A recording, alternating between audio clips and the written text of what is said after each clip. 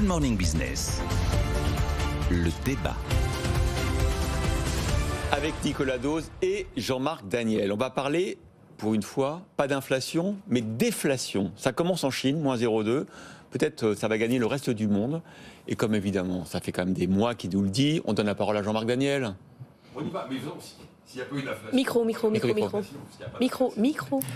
Bon. Ça y est, c'est bon. Ah bon, non mais je disais, pourquoi il y aurait de la déflation s'il n'y a pas d'inflation? Ah mais ça n'a rien à voir, il peut y avoir de la déflation sans qu'il y ait eu d'inflation. Bon, en tout cas, la déflation, je veux dire, entre c'est un peu de provoque, Jean-Marc. Entre 1820 et 1910, il y a eu de la déflation, il n'y a pas eu d'inflation. Oui, mais je suis d'accord. c'est ma faute, je vous ai fait dérailler.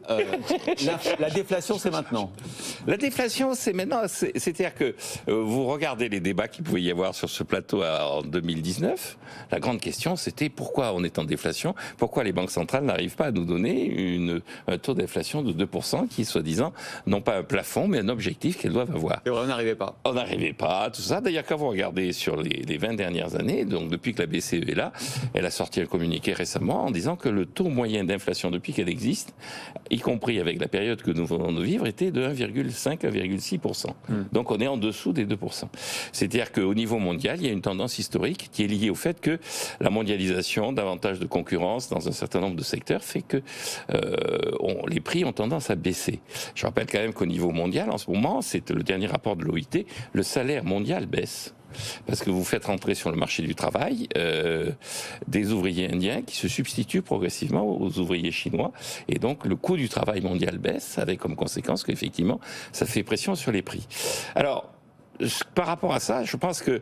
Depuis, il y a eu l'inflation. Alors après, depuis, il y a eu ce choc qui a été effectivement lié à des événements exogènes, qui était caractérisé d'ailleurs par le fait que par rapport à la période d'inflation, la vraie période d'inflation 1966-1986, il ne s'agissait pas d'une redistribution au sein de chaque économie du pouvoir d'achat, c'est-à-dire que c'était pas les prix qui augmentaient parce que les entreprises essayaient de gagner davantage de marge. Il y a eu un peu de ça. Il y a eu un peu de ça. Ah, oui. Il y a eu un peu de ça. Mais l'essentiel était quand même des ponctions qui étaient réalisées par l'intermédiaire de l'énergie et des produits alimentaires sur la production de chaque pays développé, grosso modo.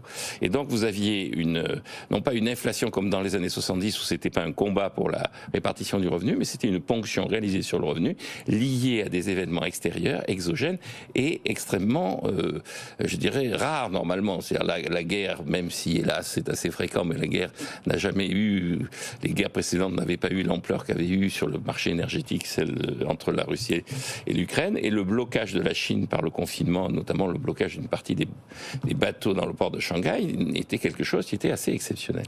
Donc on retrouve les tendances antérieures. Alors dans ces tendances antérieures, il y a trois éléments toujours qui vont jouer par rapport à ça.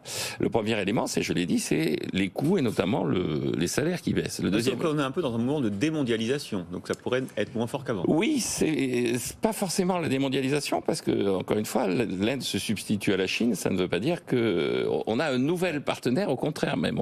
Le deuxième élément, c'est effectivement, est-ce que les politiques budgétaires qui avaient généré systématiquement de la demande sont se mettre à être plus restrictives? Ça, je crois que oui. Je pense que la situation des finances publiques mondiales fait que les politiques budgétaires vont être forcément plus restrictives que ce qu'on pouvait anticiper. Et le troisième élément, c'est le fait que, grosso modo, l'élément d'organisation de l'économie mondiale, l'élément de concurrence générale est un élément qui est en balance. C'est-à-dire qu'aux États-Unis, on se pose la question sur est-ce qu'on va amplifier la concurrence, en Europe aussi.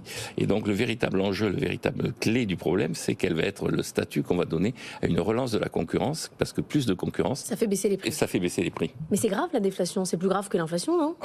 Dans mon esprit, une vraie déflation, c'est beaucoup plus grave que l'inflation. Parce que d'ailleurs, la preuve, le banquier centraux tous les ans nous disaient oui, on va réussir, et puis non, ça n'arrivait jamais.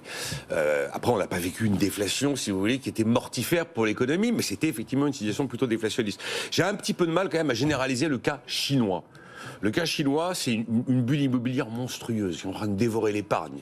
Il n'y a pas d'endroit au monde où j'en ai vu une aussi dramatique. Du coup, vous avez toutes les entreprises, une crise de la dette de toutes les entreprises exposées au secteur immobilier qui est quand même assez chinoise, j'ai envie de vous dire.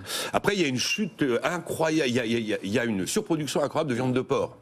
qui est l'avion la plus consommée là-bas et qui explique, vous savez, autant l'évolution des loyers joue beaucoup sur l'indice des prix à la consommation américain, le marché du porc joue beaucoup sur l'indice des prix à la consommation chinois. Les exportations c'est un pays qui vivait beaucoup des exportations, il y a quand même une très forte chute des exportations. La crise Covid, par rapport à tous les autres pays, a été réglée beaucoup plus tard.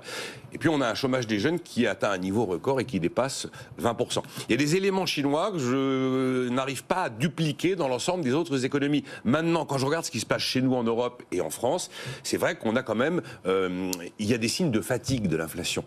Si vous prenez le PIB de plein de pays autour de nous qui étaient dans le rouge au troisième trimestre, c'est pas quelque chose qui est inflationniste. C'est quelque chose qui est quand même déflationniste. On a eu tous les indices PMI, que ce soit de l'industrie ou des services, qui sont quand même à des niveaux des plus bas. Il faut remonter à 2020 ou 2021 en fonction des indices qu'on regarde. Les prix à la production ont quand même reculé.